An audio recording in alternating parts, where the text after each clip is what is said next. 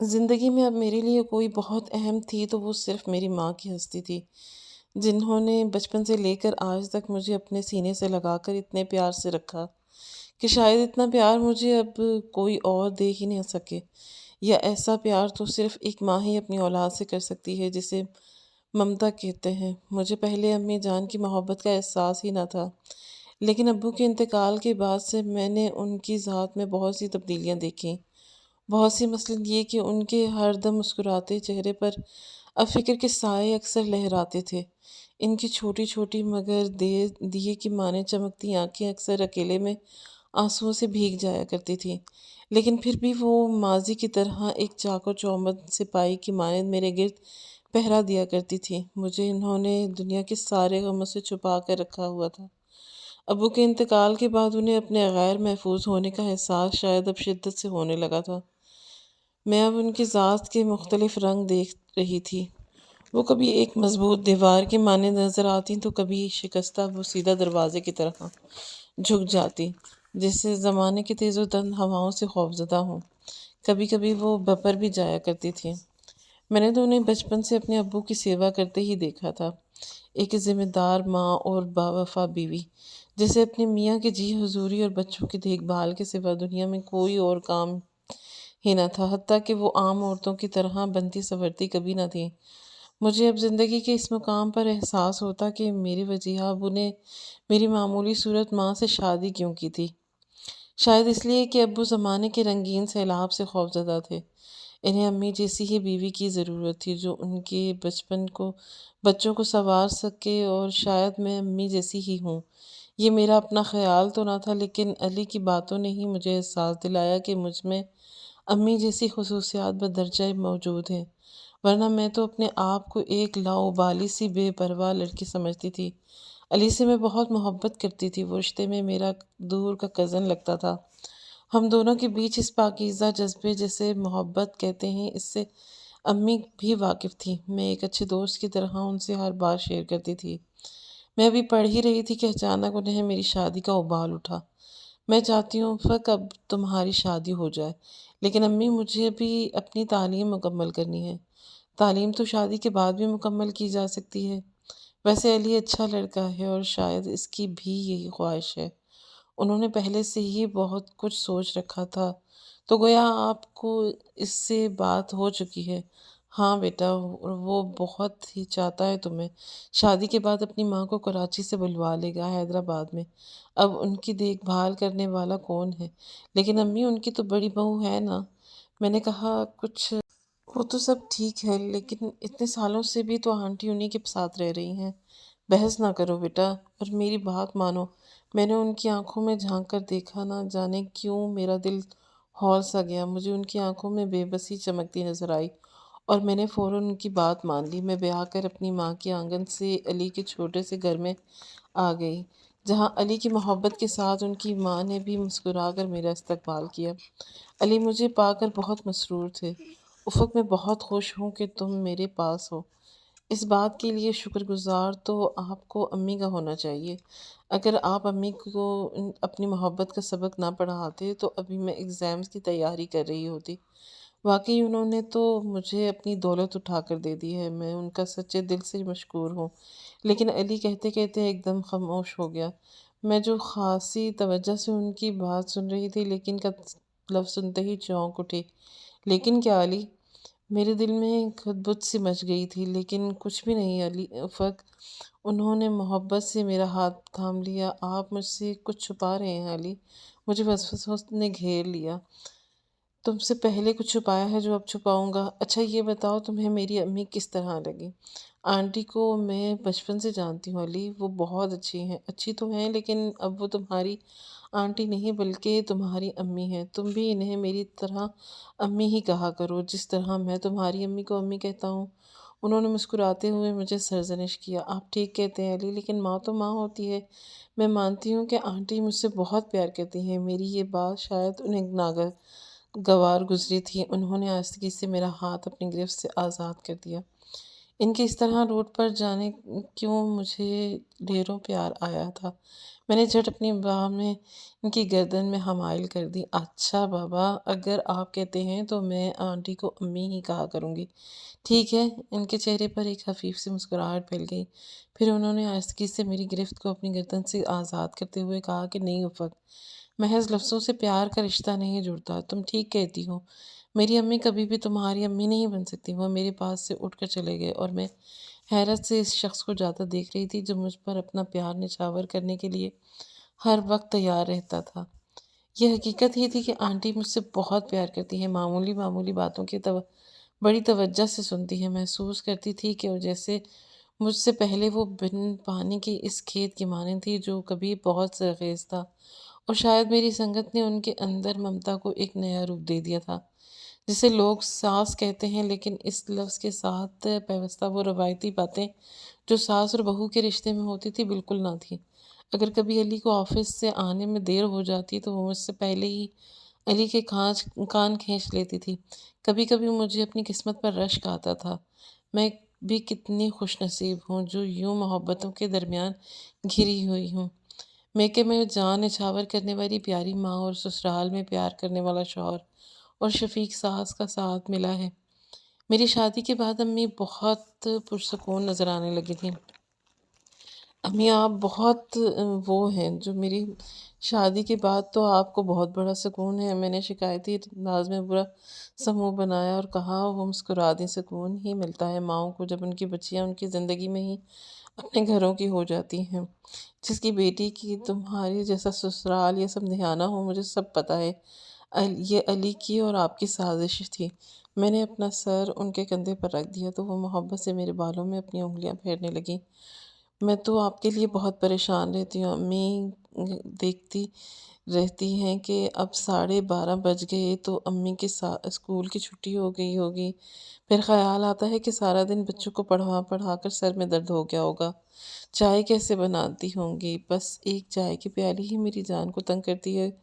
ارے گڑیا، اسی لیے میں نے چائے پینا ہی چھوڑ دیا۔ اور اب وہ ڈاکٹر کیا کہا؟ ڈاکٹر نے، میں اچھل پڑی۔ ارے اس نے کہا کیا کہنا ہے؟ تو یہ کہہ رہی تھی کہ ڈاکٹر بھی کہتے ہیں کہ انسان کو چائے کم پینی چاہیے، بلکہ پینی بھی نہیں چاہیے۔ اور کون سا خون بناتی ہے یہ چائے؟ میں نے محسوس کیا کہ جیسے وہ مجھ سے آنکھیں چرا رہی ہوں۔ امی آپ مجھ سے کیوں کچھ چھپا رہی ہیں؟ اپنی بیٹی سے بھی میری چھٹی حس بتا رہی تھی کہ کچھ گڑبڑ ضرور تھی جسے وہ مجھ سے چھپا رہی تھی۔ کچھ نہیں چھپا رہی ہوں۔ ہاں بھائی، تمہاری ساس تمہاری شکایت کر رہی تھی۔ انہوں نے فوراً ہی موضوع بدل ڈالا اور میں بھی ان کی باتوں میں آ گئی۔ یا شاید شکایت کا سن کر میں کچھ ڈسٹرب تھی، اس لیے کہ میں جانتی تھی کہ آنٹی کو مجھ سے کوئی شکایت تھی، لیکن پھر بھی وہ علی کی ماں ہونے کے ساتھ ساتھ میری ساس بھی تھی، اور یہ رشتہ ہی کچھ نازک ہے۔ میرے دل میں شک سا آ گیا۔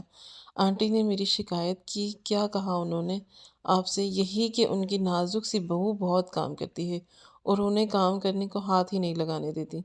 توبہ امی، میں تو ڈر گئی تھی۔ کیوں ڈر گئی تھی بیٹا؟ وہ بھی تو تمہاری ماں ہی ہے۔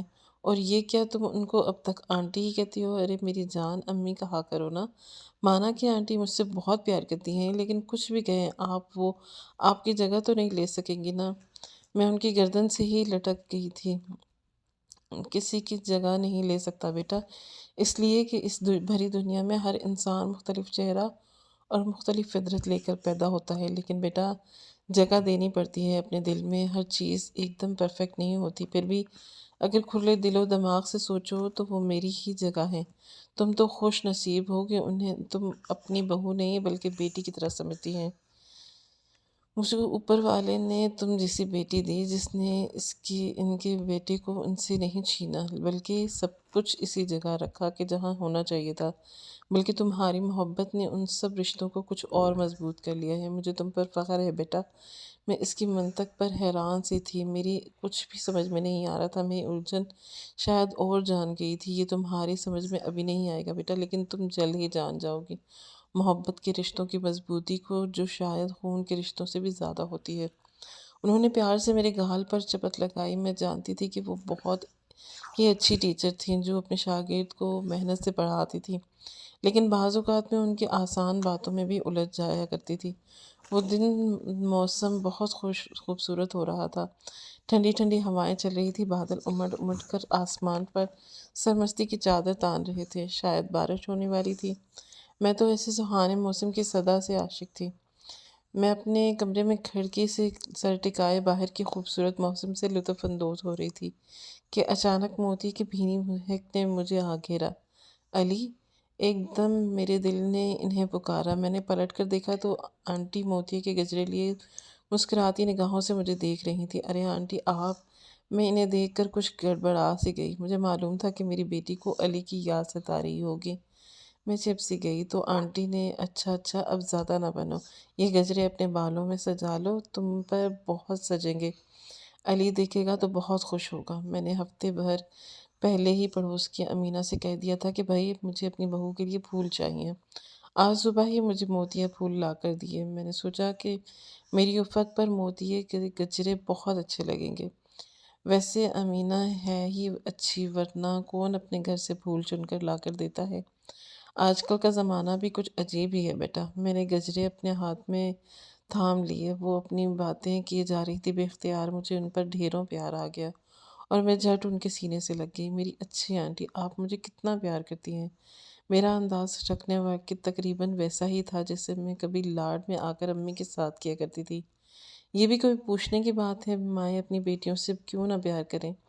انہوں نے پیار سے میری کمر پر چپت رسید کی تو بے اختیار میری ہنسی چھوٹ گئی، اور پھر تھوڑی ہی دیر میں فضائیں ہم دونوں کے کہے گونج رہے تھے۔ ابھی تھوڑی ہی دیر گزری تھی کہ کال بیل پر بڑی زور سے بیل بجی تھی۔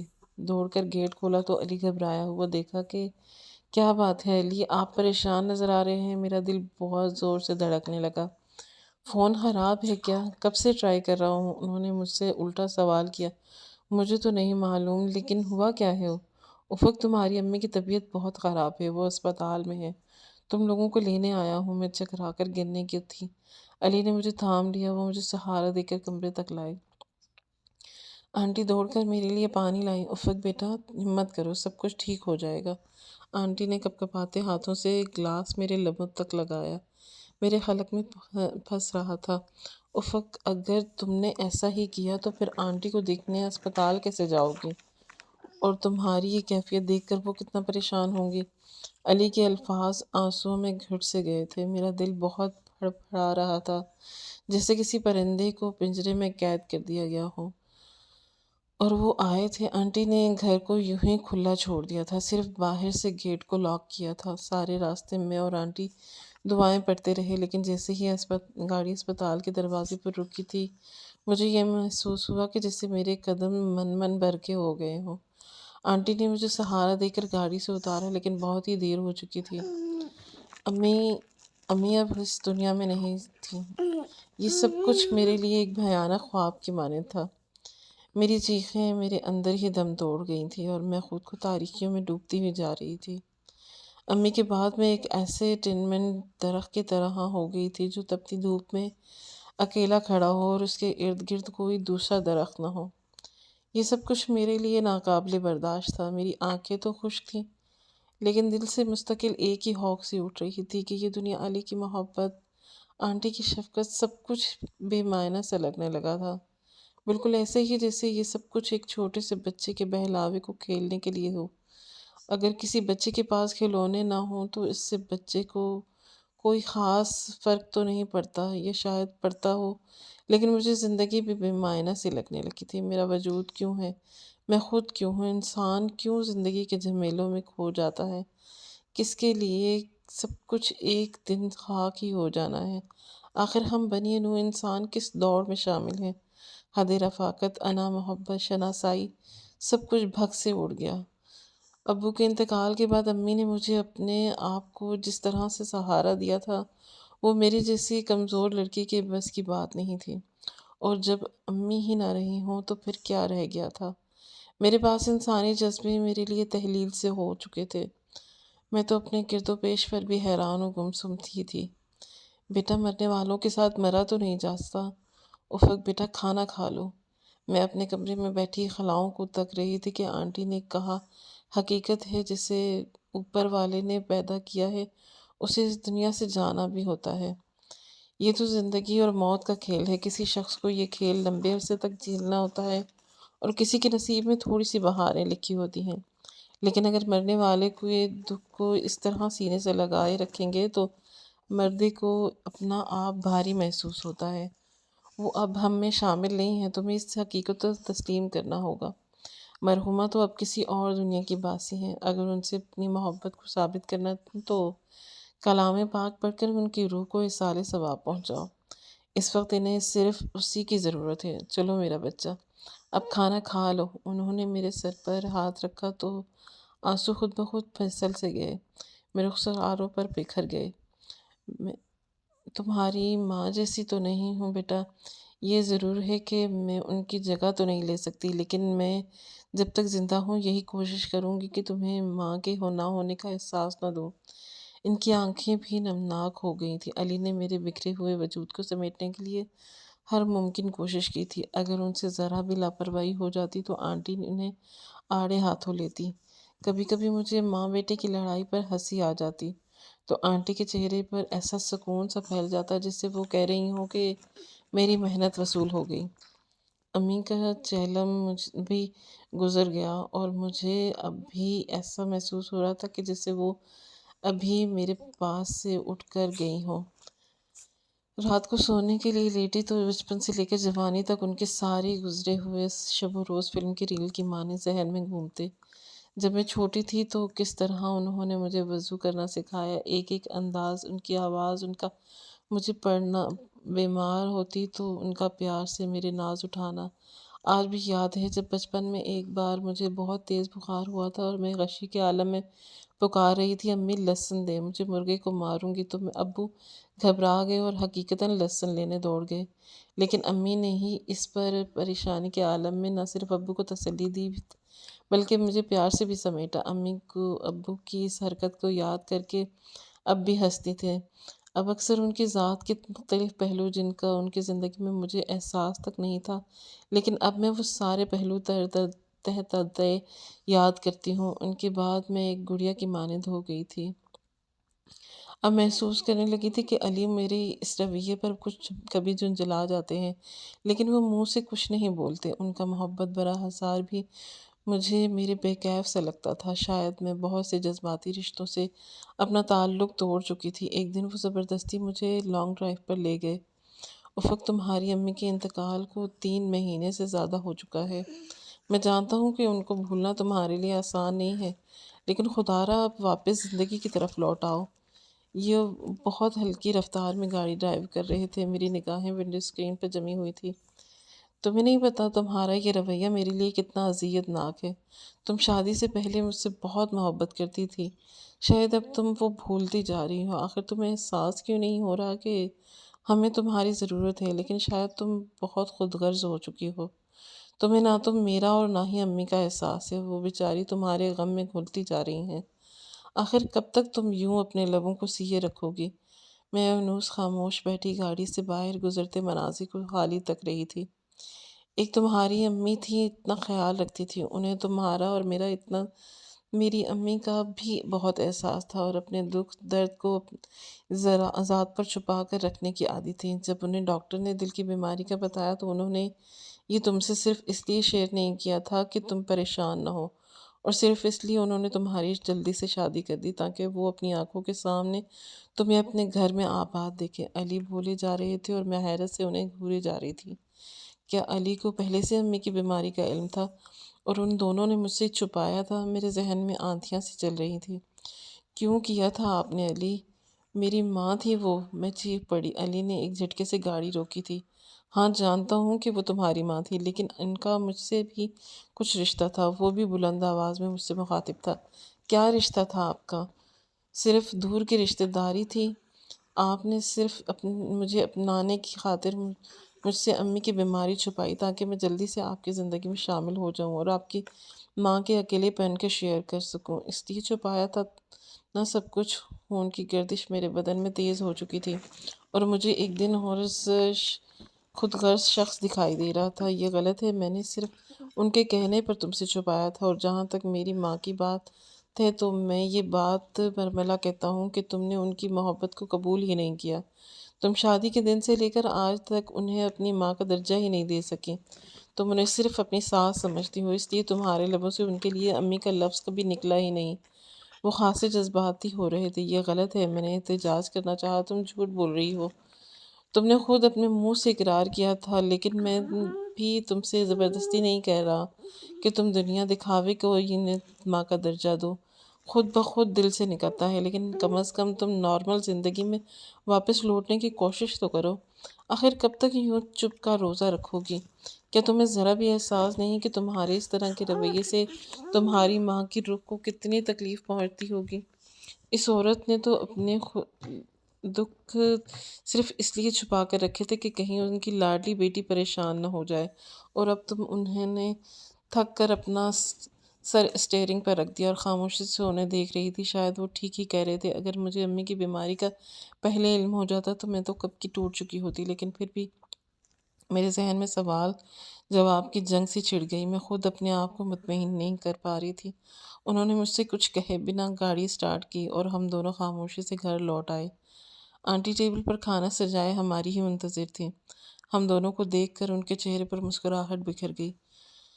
ان بیچاری کو تو خبر ہی نہیں تھی کہ ہمارے بیچ سرد جنگ چھڑ گئی۔ ابھی کھانا لگایا ہے، ابھی جلدی سے تم دونوں ہاتھ دھو کر آ جاؤ ورنہ کھانا ٹھنڈا ہو جائے گا۔ اتنا کہہ کر وہ کچن کی جانب مڑی، لیکن چند قدموں کے بعد ہی ان کے قدم لڑکھڑا گئے اور وہ لہرا کر زمین پر گر گئی تھی۔ علی نے دوڑ کر ان کو تھام لیا۔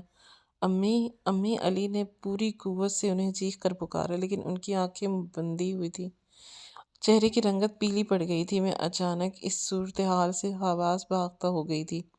علی نے انہیں اپنی گود میں اٹھایا اور باہر کی جانب دوڑے۔ میں ان کے پیچھے لپکی۔ الہی خیر، نہ جانے کیا ہو رہا ہے۔ اسپتال کے عملے نے فوراً ان کی دیکھ بھال کی۔ ان کا ECG اطمینان بخش نہ تھا۔ علی کے چہرے پر ہوائیاں اڑ رہی تھی۔ معمولی سا دل کا دورہ تھا، لیکن اچھا ہوا کہ آپ بر وقت انہیں اسپتال لے آئے۔ ڈاکٹر نے علی کو تسلی دی اور انہیں اپنے کمرے کی طرف لے گیا۔ میں حیران سی اسپتال کے کوریڈور میں کھڑی تھی۔ تھوڑی ہی دیر میں علی میرے پاس آئے۔ افق، تم امی کے پاس رکو، میں کچھ دوائیں لے کر آتا ہوں۔ دیکھو، گھبرانا مت، بالکل نہیں، انہوں نے مجھے تسلی دی، حالانکہ خود ان کا چہرہ پیلا ہو گیا تھا۔ میں نے اپنا سر ہلا کر انہیں مطمئن تو کر دیا، لیکن اندر سے میری حالت بڑی عجیب سی ہو رہی تھی۔ علی تیز تیز قدموں سے جا رہے تھے اور میرا دل چاہ رہا تھا کہ دوڑ کر انہیں روک لوں۔ ایک عجیب سے خوف نے مجھے گھیر لیا تھا۔ میرے قدموں سے آنٹی کی جانب بڑھی اور وہ بیڈ پر بے سود پڑی تھی، ان کے ارد گرد مشینوں کا ڈھیر۔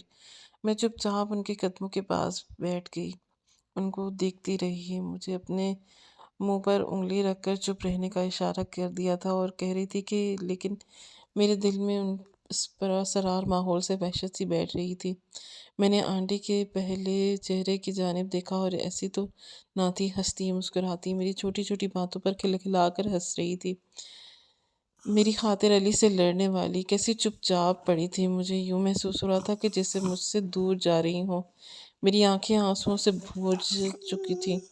میں اس بھری دنیا میں تنہا کھڑی تھی، سناٹے اور ویرانیاں منہ پھاڑے میری جانب دیکھ رہی تھی۔ میرا وجود کانپ رہا تھا۔ میرا دل چاہا کہ میں دوڑ کر آنٹی کے گلے سے لگ جاؤں، ان کے سینے میں اپنا منہ چھپا لوں، ان کے شفیق ہاتھوں میں محفوظ ہو جاؤں۔ میں ایک شفیق ہستی کی مخلوق تھی، اس ہستی کی میرے وجود میں تشنگی سی تھی، ایک عجیب سا لمس تھا جو کسی بھی محبت بھرے لمس سے کہیں بڑھ کر مسرور تھا۔ میں اسی لمحے کو متلاشی ہوں۔ اتنے عرصے سے میں میری اس لیے تو اپنی ذات میں بھٹک رہی تھی، لیکن کیا وہ اس لمس اب میں نہ پا سکوں گی؟ کیا میرا من اب بھی پیار سے سیراب نہ ہو سکے گا؟ میرا رواں رواں خوف سے کھڑا ہو گیا۔ بہت کچھ کھو جانے کا ڈر مجھے ڈس رہا تھا۔ میرا وجود ٹھنڈا ہوتا جا رہا تھا۔ میری نظر ان قدموں پر تھی کہ جس کے تلے اوپر والے نے جنت رکھی تھی۔ آنٹی ذرا سا کسمسائیں، میرے ٹھنڈے ہاتھ اب ان کے قدموں پر تھے۔ عجیب بے خودی کی سی کیفیت تھی۔ علی نے مجھے پیچھے سے پکارا، امی! میرے سرد ہونٹوں سے خود بخود دو لفظ پھیل گیا، جس کو ادا کرنے کے لیے شاید میں اب بے کل تھی۔ افق، امی بالکل ٹھیک ہے، ڈاکٹر نے ابھی بات کی ہے کہ چلو باہر چلتے ہیں۔ وہ دھیمی آواز میں مجھ سے مخاطب تھے۔ میرے سرد وجود کو وہ سہارا دے کر باہر لائے۔ علی امی میں خوفزدہ نگاہوں سے اس کمرے کو گھورے جا رہی تھی جہاں میری ماں بستر پر بیمار تھی۔ میں اب دوبارہ کھونا نہیں چاہتی تھی امی، اب بالکل ٹھیک ہو جائیں گی افق، ایک دو روز میں انہیں ہم گھر لے جائیں گے۔ انہوں نے مجھے اپنے سینے سے لگا دیا، آنسو ان کے رخسار تک تھے لیکن ان کی آنکھیں مسکرا رہی تھیں۔